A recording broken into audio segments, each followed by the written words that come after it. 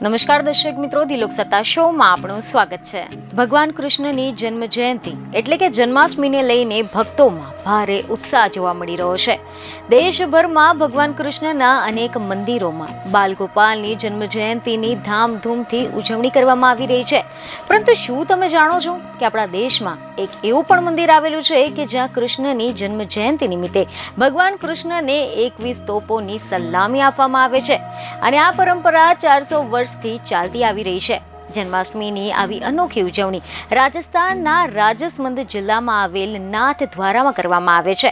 Media report અનુસાર એવી માહિતી મળી રહી છે કે રાજસ્થાનના રાજસમંદમાં 400 વર્ષ જૂનું એક મંદિર આવેલું છે જ્યાં શ્રી કૃષ્ણની જન્મ જયંતિ અનોખી રીતે ધામધૂમપૂર્વક ઉજવવામાં આવે છે। અહીંયા ભગવાન શ્રી કૃષ્ણને 21 તોપોની સલામી આપવામાં આવે છે। કૃષ્ણ ભક્તો 400 વર્ષથી આ પરંપરાનું પાલન કરે છે। બીજા દિવસે મંદિરમાં દહીં અને દૂધથી હોળી રમવામાં આવે છે। શ્રીનાથજી મંદિરમાં જન્માષ્ટમીની રાત્રે 12 વાગે કાન્હાના જન્મદિવસ પર 21 તોપોની સલામી આપવામાં આવે છે। આ દર્શન કરવા માટે દેશ અને દુનિયાના અનેક ભક્તો શ્રીનાથજીના દર્શને પહોંચે છે। આના પછી નજીકના ગામમાં કાન્હાના જન્મની ખુશી મનાવવામાં આવે છે, મીઠાઈઓ વહેંચવામાં આવે છે।